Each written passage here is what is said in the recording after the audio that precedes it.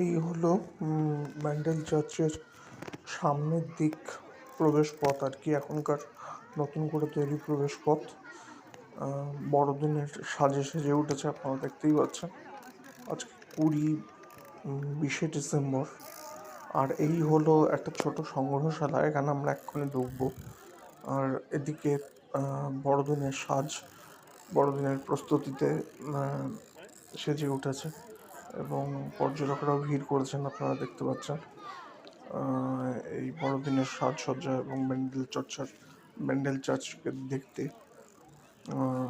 এই যে ঘরটা, এটা একটি সংগ্রহশালা। এখানে 1655 সালে একটি পর্তুগিজ জাহাজের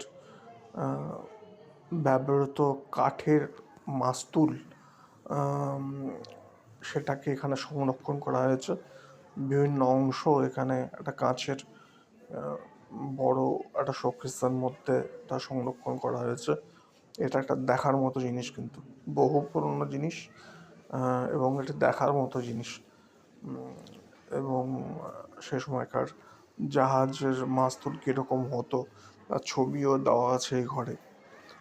কিভাবে মাস্তুলে জাহাজের আকার, গঠন, শৈলী কীরকম হতো তার ধারণা করার চেষ্টা হয়েছে।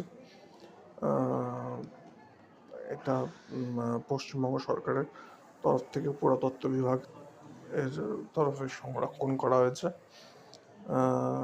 এবং যে কোনো কেউ যারা ব্যান্ডেলটা আছে দেখতে গেলে এটা অবশ্যই দেখবেন।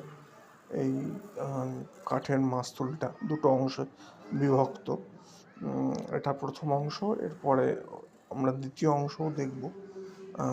প্রতিদিন বেলা সকাল 8টা থেকে বিকেল 4:50 পর্যন্ত চার্চ খোলা থাকে। তার মধ্যে যে কেউ গিয়ে এই সংগ্রহশালাটি এবং চার্চটি দেখে আসতে পারেন ভেতরে।